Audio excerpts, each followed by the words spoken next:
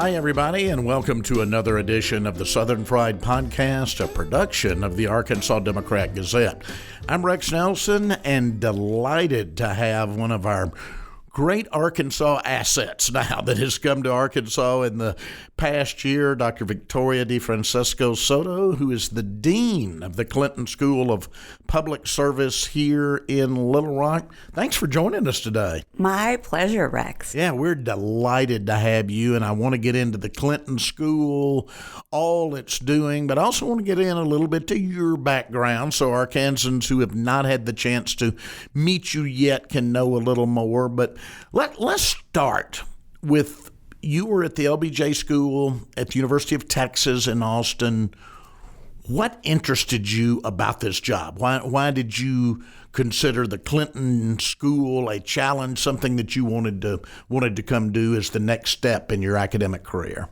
It was the curriculum, Rex. And aside from me being a big nerd, I've always been very frustrated at how universities and traditional academic programs exist almost in a bubble, right? So we're in the classroom, exactly, and we're teaching you about public service, and we're teaching you about politics and policy, but you're just in the classroom. And I believe that the best way to learn about policy and public service, and quite frankly about anything, is outside of the classroom.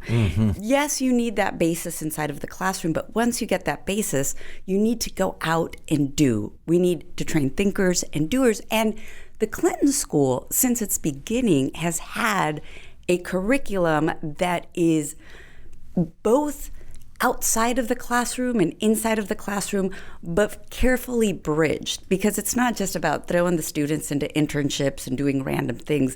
It's about curating this field service experience, which to me excited me because as a lifelong academic, that had always been my frustration about that town-gown divide. Good point. And I grew up in a college town. I understand town-gown divides completely. Now, the Clinton School, this is a master's of public service. Tell me how that is different than other masters in that area, whether it's public affairs, governmental affairs, what have you. What sets that apart, being in public service? Well, it's also the first master's in public service. Right, in the country. In the country. When the school was founded, there have been others that have been added on. So 18 years ago, 17 years ago. And this was very much President Clinton's vision. President Clinton, when he was thinking about his presidential institution, said, you know what? I don't want our students to just go into one track. I don't want them to just go into government, just go into the private sector, just go into nonprofit. I want them to have a flexible toolkit where they can be public service leaders in any of those sectors, in the private sector, government, international, and domestic. So I think that is what sets us apart, is that our curriculum is more diverse, that you are learning this toolkit in terms of communication, leadership, data analysis that enables you to bring leadership and public service to any realm you're in, corporate social responsibility, or, we have a number of alumni in government at various levels. And in addition to that, Rex, what really sets us apart and what I love so much about the Clinton School is that our domestic and our international tracks intersect. Most graduate schools in the country that do public service, public affairs, public policy, they have a domestic track and they have an international track. We have one where all of our students have to spend a summer abroad doing an international public service project. Because you know what? Problems know no boundaries, issues know no boundaries, and we prepare students for the international realm, the global realm, as well as the domestic. Good point. Now, to you for a minute, and then we'll get back to the Clinton School. You were raised in Arizona. Now, you already described yourself as a nerd, but tell me a little bit about how you got interested in political science, how that became a field for you. Right. So I grew up in a small town in rural southeastern Arizona, Sierra Vista, and I was a kid that early on was drawn to organizations, to organizational life. I am an extrovert and a nerd, so you combine those two, and you see me gravitating toward student council, toward the Kiwanis clubs, towards Key Club, towards service organizations, Hands Across the Border, working with... I was a Key Club president in high school, I'll have you know. See, Rex, Ring a bell. I knew there was a deep connection here. So I had always sought out these ways to be involved and engage with my community. And then, as I go through school and I realize that political science, public policy is a field, I was like, wow, I can actually do this for a living. I was doing it on the side on my personal time. So I gravitated toward it naturally in the organizational realm. That took me to it as a formal discipline. And I feel like I've come full circle because at the Clinton School, we do so much on the ground in terms of working with communities and organizational work, but we also maintain that academic rigor because, at the end of the day, you do need that homework, that classroom time to then set you apart from others. So you go to the University of Arizona for your bachelor's degree. Was it there that you decided to go on and continue to the PhD and to have a career in academia? I did. And it was because of a professor, right? So many stories are about mentorship. Absolutely. And I was so blessed and so fortunate to have a political science professor that saw in me this desire to do. And granted, I didn't really understand the world of academia.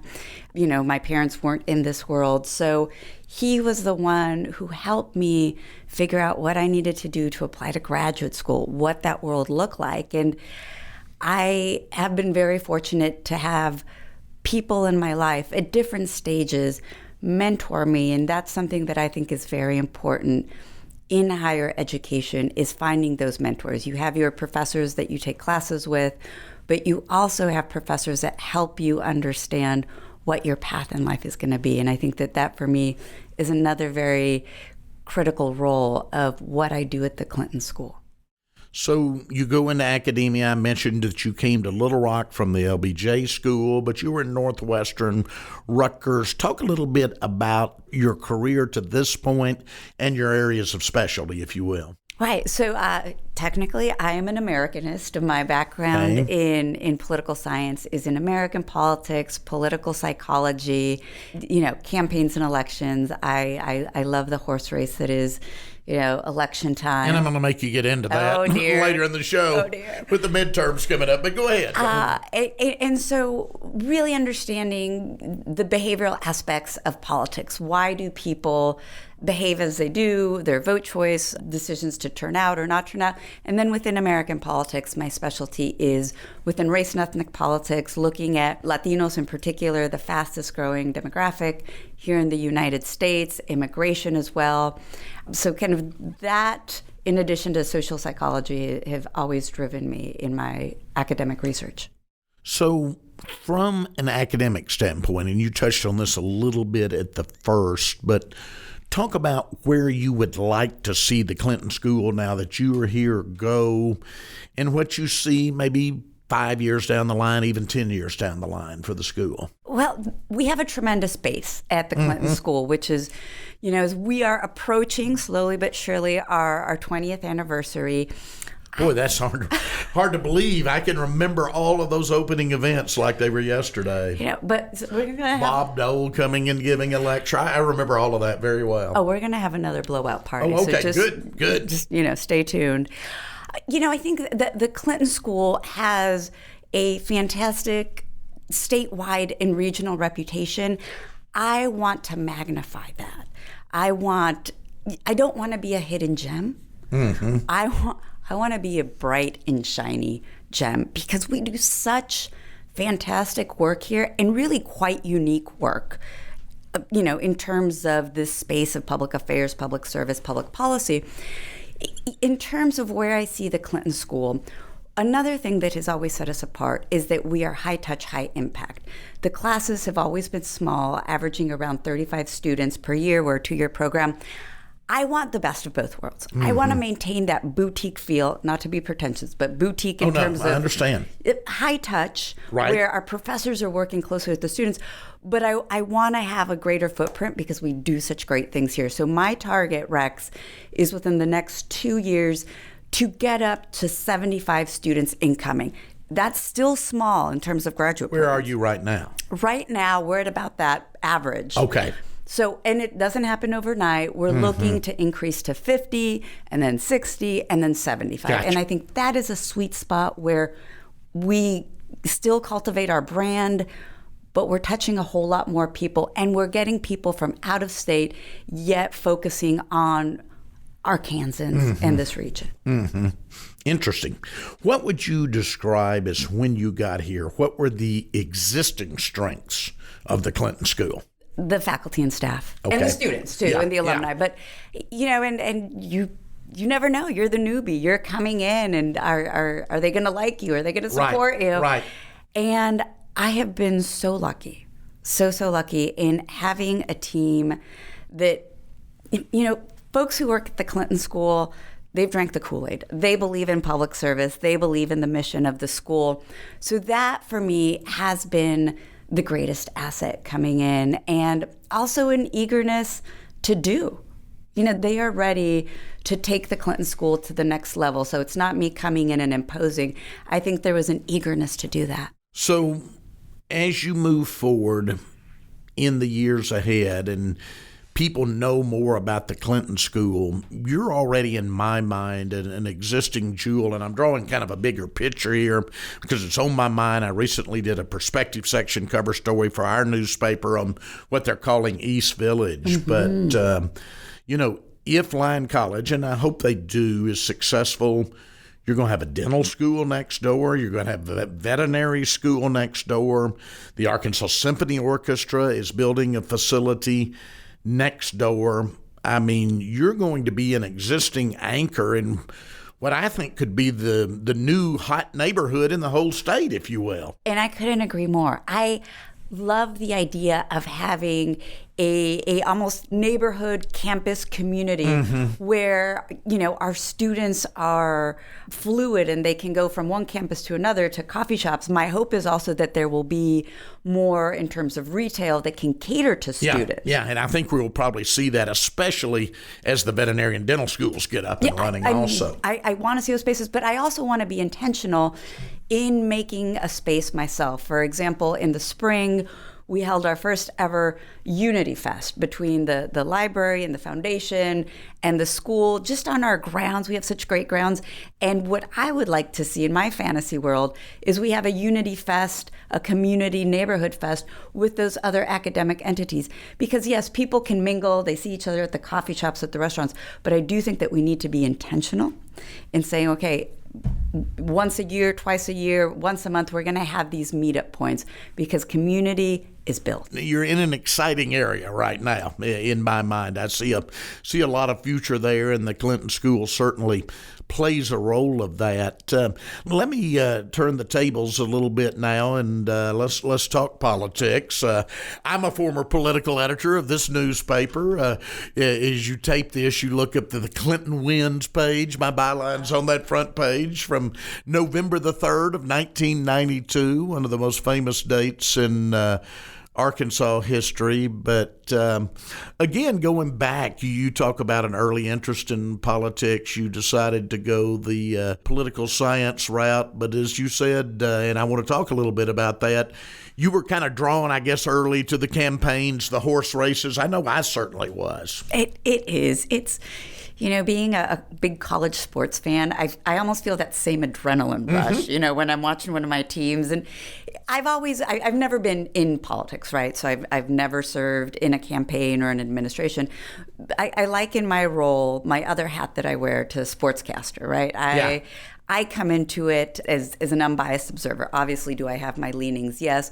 But I've always drawn on my political science background to provide analysis because it's important to be able to connect kind of the science that goes into polling, into advertising, and really be a bridge to a larger audience. So I think that has always been my passion, to translate to translate what we're seeing in our political realm to larger audiences.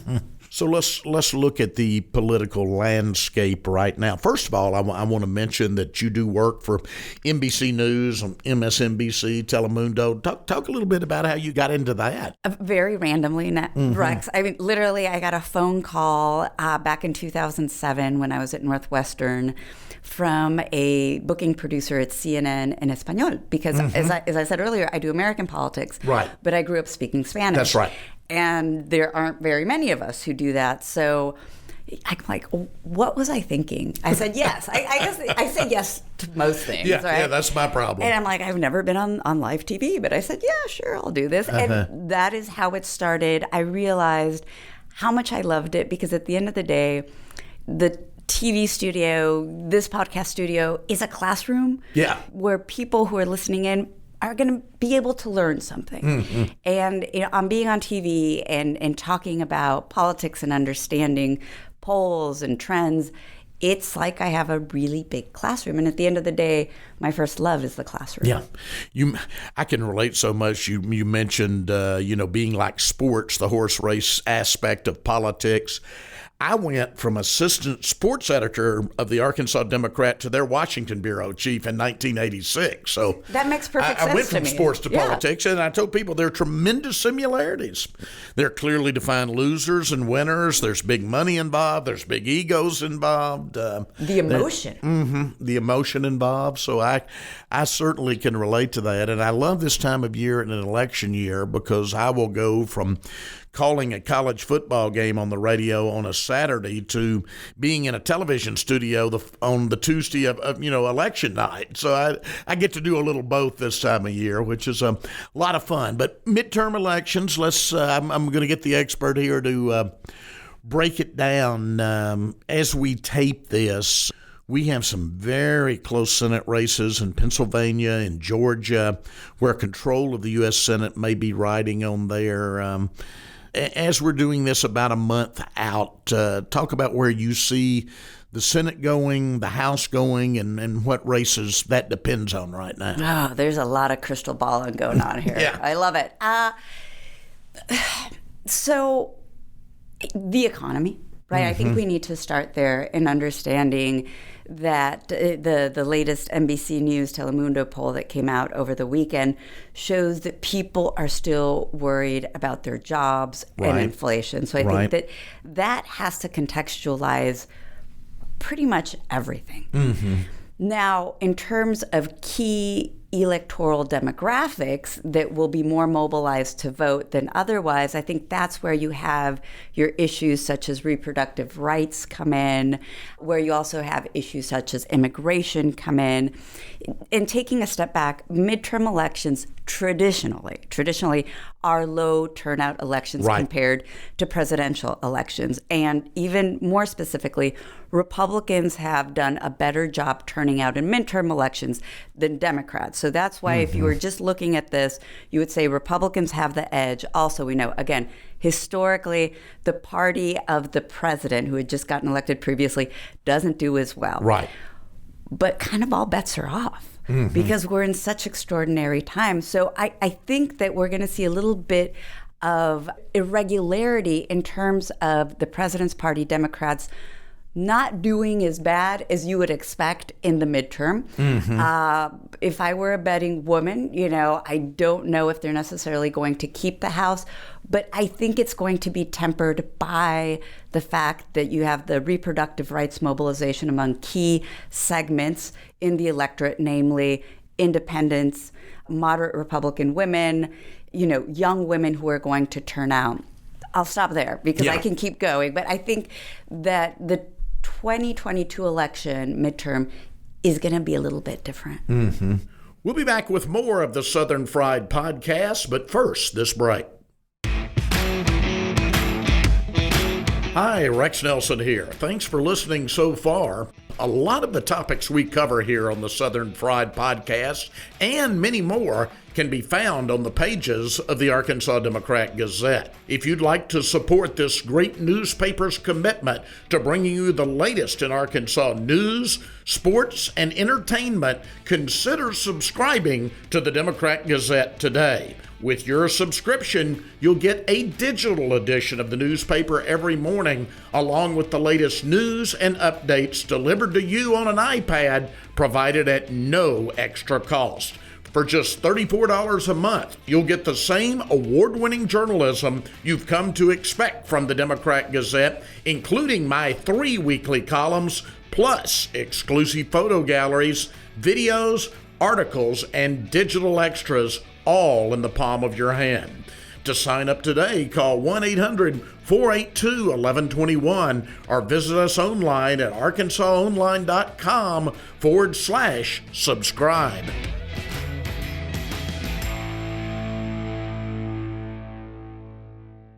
Welcome back to the Southern Fried Podcast, a production of the Arkansas Democrat-Gazette.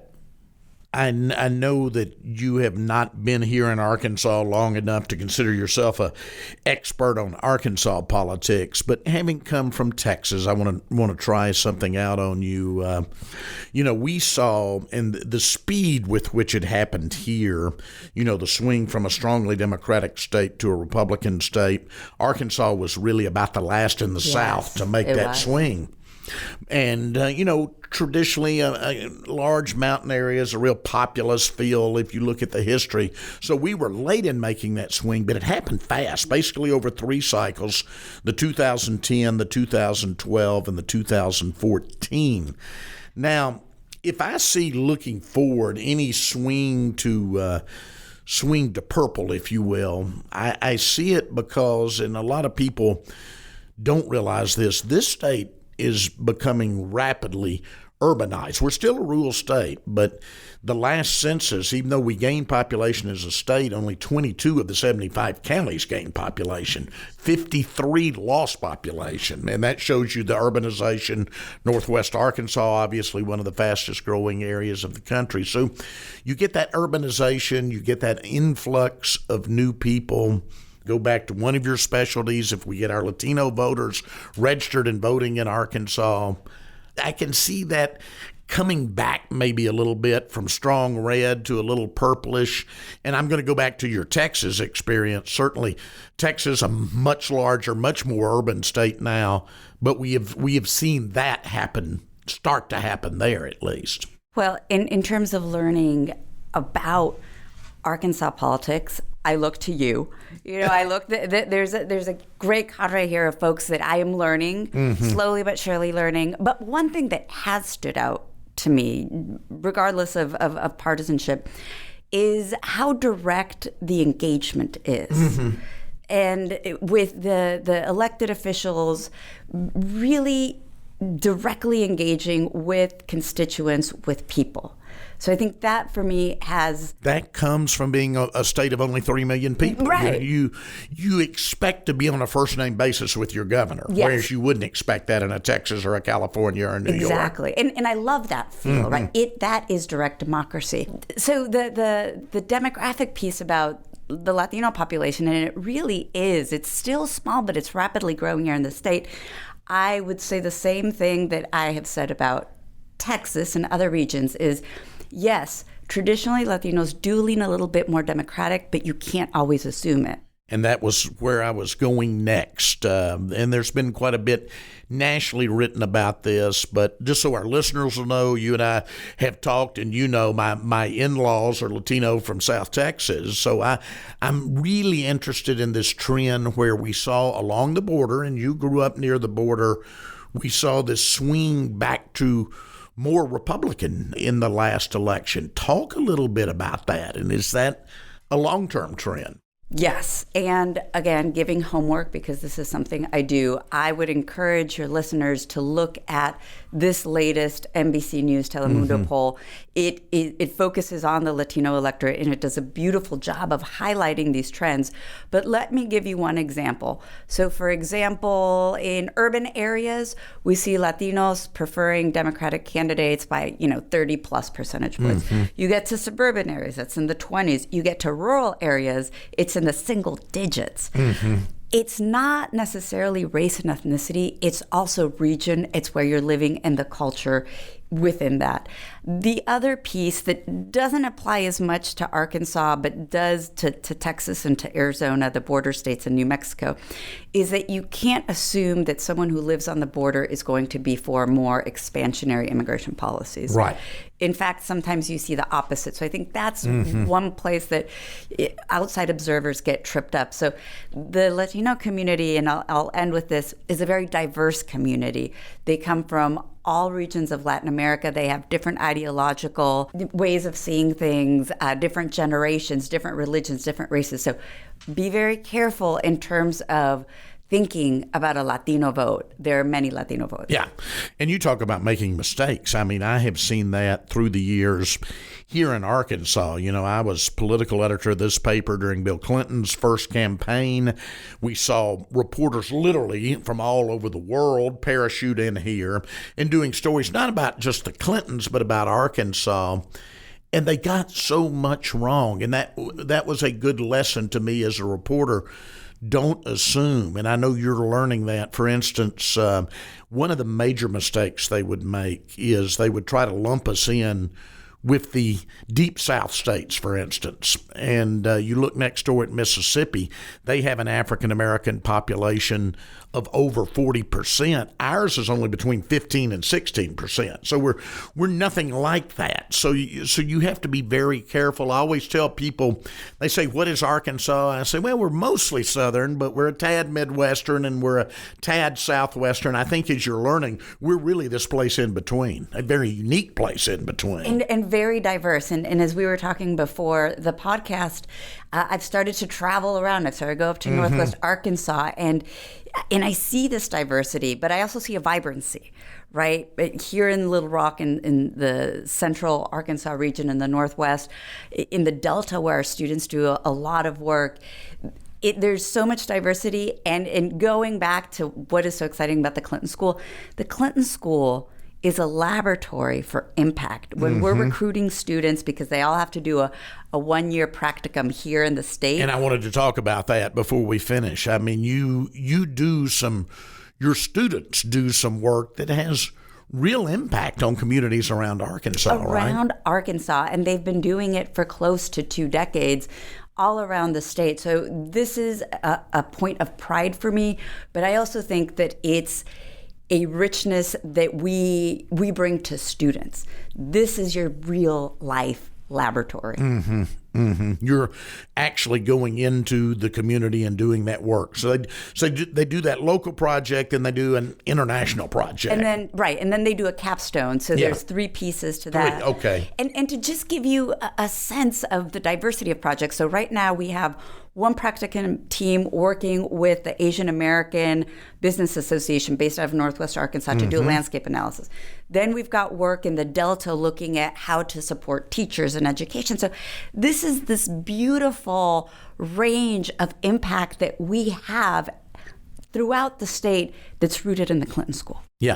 Yeah, and I see that becoming even a better laboratory as, again, with the growth in Northwest, other areas of the state, with more Latinos moving in, certainly into Southwest Arkansas. I mean, I can take you to places like Danville, for instance, or DeQueen, where the public school districts are majority Hispanic now. In those communities. So with that, Arkansas is not only becoming a larger state because we are still growing in each 10-year population, but it's becoming a much more diverse state. And I think this is for the better, but I can tell you it is a very different place than the state I grew up in 50 years ago when I was a child. Very different. Right. And this is not unique to Arkansas, right? We're seeing this across the United States. And I think it's figuring out how we best incorporate this diversity, because change can be difficult in populations. It can. That's why we need community to intentionally have these spaces for us to get to know each other and figure out how we can work together and support each other. Yeah. You've got a family. Before I close out, I'll close out on a personal note. Your husband, your kids, are they enjoying the Arkansas experience so far? Very much. They are now officially Razorbacks. I do want to report that. All right, good. And the community has been so welcoming to us, and that has made the transition easy. Wonderful. Thank you for joining us today. My pleasure. I knew this 30 minutes would go fast. We'll have you back at some point. Thank you. All right. Dr. Victoria DeFrancesco Soto. She is the Dean of the Clinton School of Public Service in Little Rock. Thank you for joining us for the Southern Fried Podcast. I'm Rex Nelson. We'll see you next time.